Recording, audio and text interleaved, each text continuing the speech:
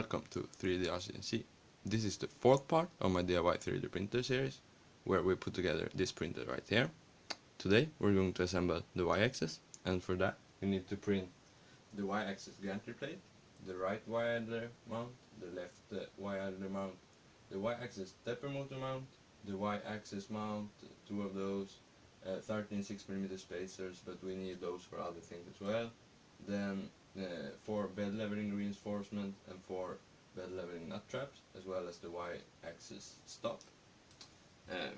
Then for the hardware you need 17 M5 nuts, 25 T-nuts, 33 M5 by 12mm screws, 6 30mm M5 screws, 3 6mm spacers, 3 eccentric spacers, 6 V-slot wheels, 4 M3 by 12mm screws, about a meter of GT2 belt, and 4 zip ties to attach that, and then a bearing or an idler for that belt. Then you need, of course, a NEMA 17 stepper motor with pulley and a 410mm long aluminum extrusion, and the Y-axis bed plate out of plywood or something. And that's it. So let's get started with today's video. I forgot to mention how you assemble this Y-axis gantry plate, but you just put M5 lock nuts on the bottom right here in the holes. Then you push through 6 M3 by 30mm bolts right here.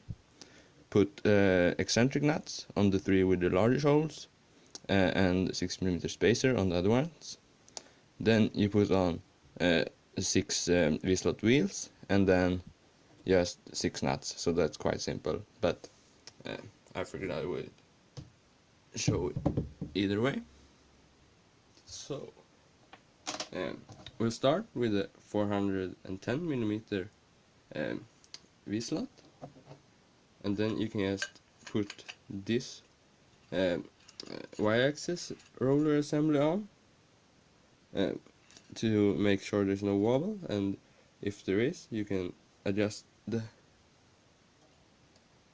eccentrics a little bit, just like that, to make them grip, but you should be able to turn them as well. After that, we can take this off again and put on the stepper motor with the mount. I've already inserted this 12mm screws and T-nuts right here, so you can put that on. Just like that, it should slide right in there, and then you can just tighten it when it sits straight, because we're going to move this to adjust the belt tensioning later. I am having a hard time putting this on because of something. Then you can put the Y-axis stop on with 2 M5 by 12mm screws and T-nuts about 6 cm from the back of the extrusion.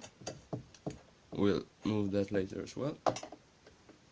Then we'll put this back on, and then move to the other side, and then you can install the Y-idler with 2 of the M12 M5 by 12 and 1 M5 by 55 with nuts. I'm just using a bearing as an idler, but you could also use a real GT2 belt idler.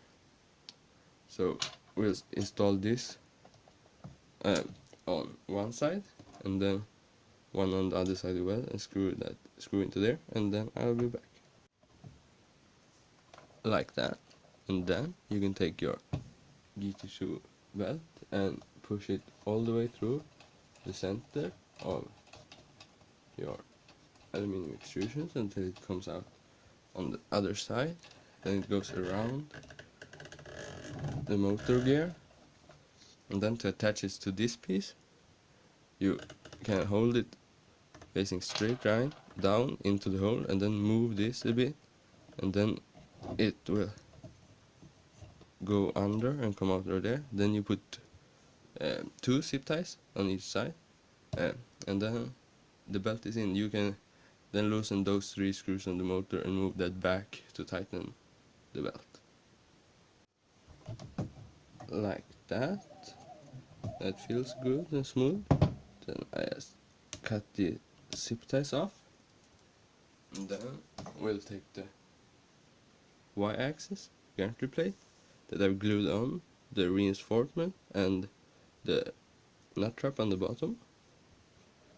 Put that on top and line up the holes with the part underneath, and then you take up to 8 M5 by 12 screws, but you don't really have to use that many. It's enough with just putting in 4 of the holes as well.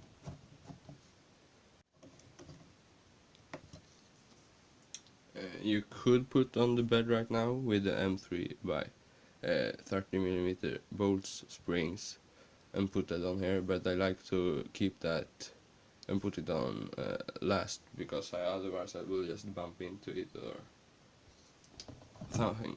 Now this will actually go inside like that, but to be able to attach it to this we need these attachments, 90-degree angle pieces. So you put this like that and line them up to go into those, and then put this 90 degrees so they go in a line that way, and then we attach them first underneath this one. You can just check the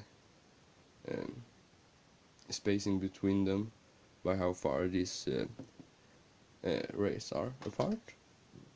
You can put the front one about 5 centimeters from the edge right here. It doesn't matter that much, but if you can't reach the edge of the bed, you can move this whole thing back and forth to be able to reach it, but 5 centimeters is probably good. When you've attached those two, then you can put this into the main frame.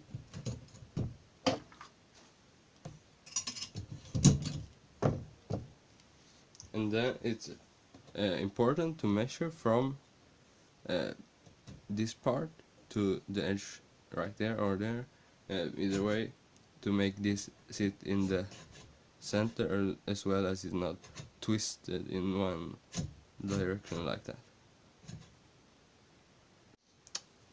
Yeah, that's it. We've installed the Y-axis and it works really well. So that's it for this video. In the next one we're going to assemble the X-axis. So stay tuned to that. Thanks for watching, and I see you in the next one. Bye.